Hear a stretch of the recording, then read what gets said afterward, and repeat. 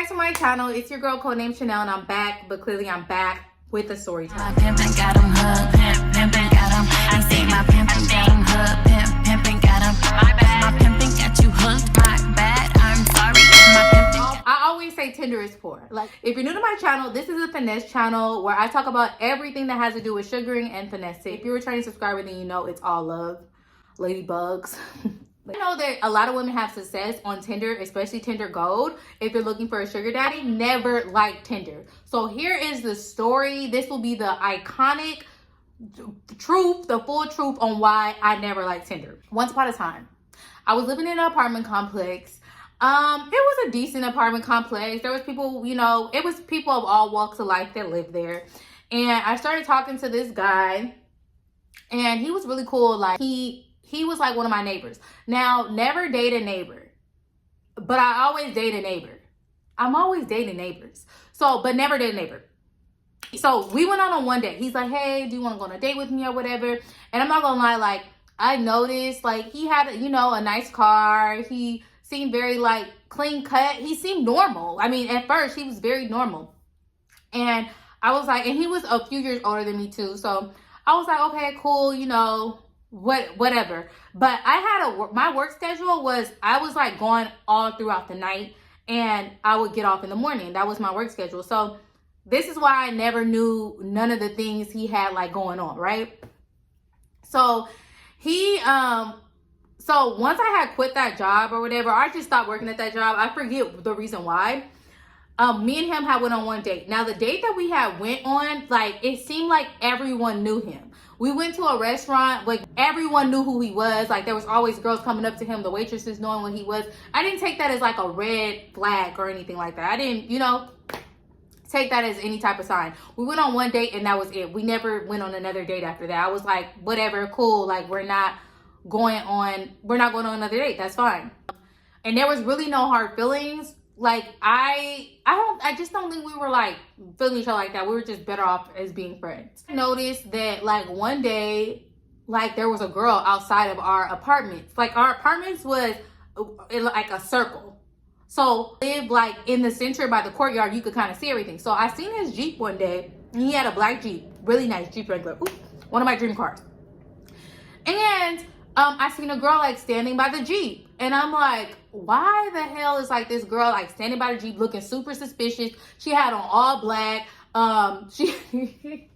It looked so ghetto, y'all. Like, it looked so obvious that she was doing something. So I'm like looking. So I decided I'm gonna start like recording, right? So I'm texting my best friend. I'm like, girl, I think this girl is out here trying to steal somebody's car or whatever, but you know. And then it's my neighbor's car, so I'm like, damn, like, I shouldn't let her like steal his car.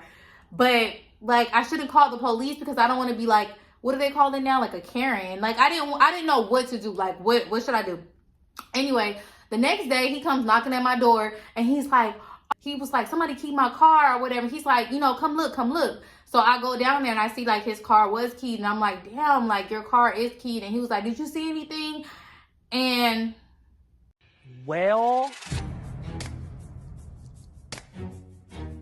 I said no.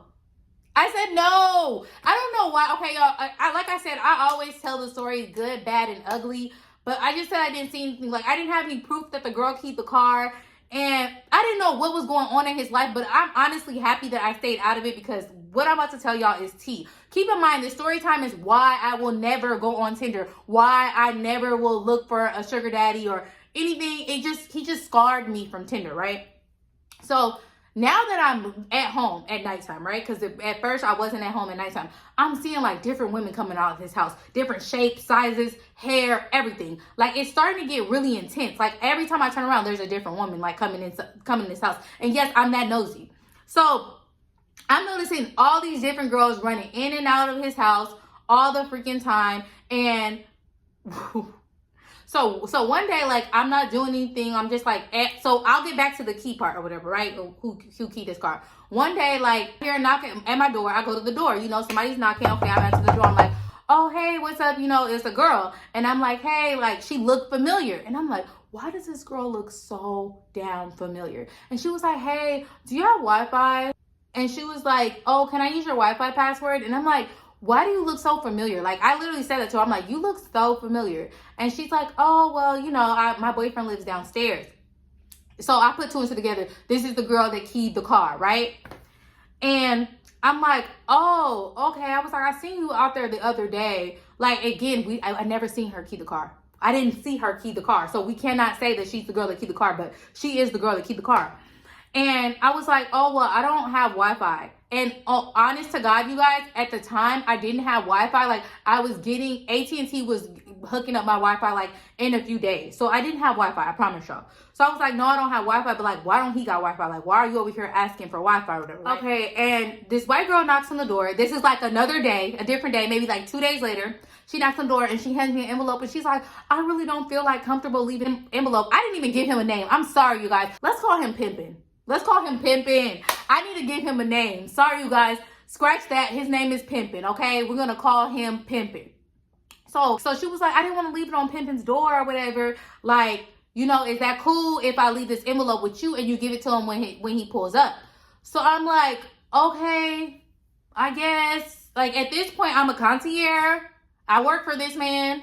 I'm nosy. Do y'all know I'm nosy? Because I'm nosy. So I open the envelope. And it's money in there, right? And it's a letter. Like a letter like we in like the 1930s when they put the pigeon, they put the note on the pigeon fly. Yeah, like literally like we're in the medieval times where they put in the pigeon. Did the 1930s, did they have the telephone? But whenever they had the pigeon, it was like a little letter and was like, hey, I know your internet is cut off or whatever. So here's some money towards your internet bill. Sorry, or for something, Sarah. Let's just say her name is Sarah. I'm like, wow, this is a whole pimp. This is a whole pimp out here. Like, literally. So, I'm like, this woman is bringing him money for his internet bill. Are y'all getting this? Like, it is getting weird. So, Pimpin' knocks on my door and he's like, hey, do you have something for me? And I'm like, yeah, here, I got this for you. Like, y'all remember on Love and Basketball when she would have the envelope and the girl she was like sending pussy through the mail? Like, that's how I was feeling. I was like, here, yeah, somebody left this over here for you and it's for your internet. I told him, I was like, I read it. And he was like, why are you going through my stuff? I'm like, why every other day somebody is knocking on my door?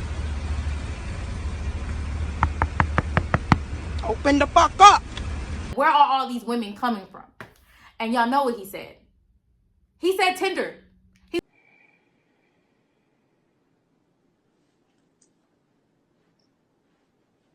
was like, oh, I meet girls off of Tinder every night. Like, bring them home. I fuck them. He was like, you never heard of Tinder? Like, he was like, it's a hookup app. Like, you could meet people on there and you can even put on your bio DTF like that.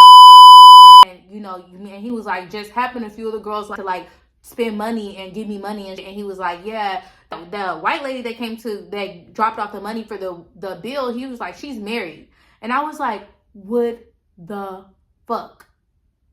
I was like, so all these women that are coming to my door or whatever you met off Tinder, I'm like, what about? So I described the other girl, the black girl, and I'm like, she said she's your girlfriend. He was like, no, I met her off of Tinder like 3 weeks ago. He was like, yeah, she let me smash on the first night. Like, he's telling me all these things, and I'm sick to my stomach. You done lost your damn mind. When you get your damn mind, you call me. I'm sick to my stomach, because it's like, in my head, I'm like, this is why your shit got keyed. Whether it was her or another girl, but this is why your shit got keyed. And I promise y'all, I was so scarred from using Tinder. Now, anybody else would probably be like, oh, well, since he's getting girls to trick on him and stuff like that on Tinder, like, maybe you should go in there and do the same thing. But I was just thinking Tinder was full of dusties like him. Full of dusties like him. But, so, y'all get why I wasn't fucking with Tinder. But that's not it. We are not going to stop it there. So I ended up not seeing Pimpin' for like a few weeks, like probably like 2 or 3 weeks, right? After he had told me that or whatever. And I was like literally shocked. I was telling my sisters and everything. I'm like, have y'all heard of Tinder? Have y'all heard of Tinder? I never heard of Tinder before that. And I was like, I will never get on Tinder. And you know what's so crazy is that night, let me add in that night, he was showing me women that he was swiping on. He was showing me their conversations and how like these girls are just like, you know, down the fuck. But then, okay, here's the thing. It's nothing wrong with if you want to do what you gotta do. Listen, if y'all want to do that or whatever, like, I'm not judging nobody that, you know, I don't care body count. I don't give a fuck about none of that. What I do care about is some women, and this was literally 90% of the messages, having sex with him, and then they get emotional attachments to him, and then they think they're in a relationship. So that's the pattern that I was seeing with the women that he was messing with. Like, for real, I was seeing that pattern, and I'm like, do y'all not understand? Like, this man is making it clear that he just wants to F you, and then after that, he's done. And then the only time that he's going to talk to them is if they're spending money on him. Like, come on, y'all. Be seeing him for a few weeks. So then the girl, this is the main girl that he was messing with, the one that keyed his car. We're going to call her Key, whatever. Key, the one that keyed his car. We don't know if she keyed his car, but I'm pretty sure she keyed his car. Me or whatever. She comes up to my door, and she's like, hey, like, is it okay if I, like, use your shower? Because there's no hot water. And I'm like, babe, if there's no hot water down there, then there's no hot water up here. We all have the same little water thing. So, you know, and no, you can't use my shower. Like I said, like that. And she was like, well, is your power off? And I'm like, no, my power is on. And she was like, the power is off right here. And I'm like, okay, well, text Pimpin' and let him know his power is off. And she was like, oh, I've been house sitting for him for like 2 weeks. So then I text Pimpin' and I'm like, hey, your girlfriend number 3 said your power is off. And he was like, oh, he was like, yeah, I turned the power off so she could get out of my house. She's been like, she won't leave my house. I'm like, what? Like, he literally got more issues than Vogue. I'm just sitting here like, damn, like, every time I turn around, this man has another problem. Wow, this is really ghetto. Like, it was so upsetting. I mean, I was so upsetting, like, but figuring, and it was so many women, y'all. So then, like, when he finally gets back or whatever, and he comes up to him and knocks up to my apartment, and he's like, oh, he's like, yeah, she finally left or whatever because I left the power off or whatever. He was like, oh, I'm not fucking with Tinder no more. Them bitches on there is crazy. Not taking no accountability for him causing these problems for himself. But he's like, yeah, I'm done with Tinder. I'm not using that app no more or whatever. He was like, I'm about to try like OK Cupid or something like that. Maybe find me a good wholesome woman. It's always the motherfuckers that's not wholesome looking for somebody wholesome. Fuck up out of here with that bullshit. Get off the motherfucking mic. But anyway, y'all, that's the story time. Don't forget to give this video a thumbs up. Comment below. Let me know y'all opinions on the situation, because that's literally why I was so scarred from using Tinder, y'all. I was just like, I'm never using it. And for research purposes, when I first started my Patreon, I did use Tinder. I still use Tinder to show people like what good matches look like. But that's on my Patreon. Don't forget to join my Patreon if you need some extra finesse tips.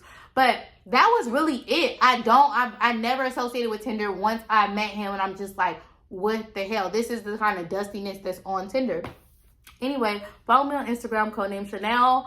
As always, peace, love, and ratchetness. I haven't said that in forever, but yeah, this video a thumbs up. I think that's it. I think I'm out. I'm out?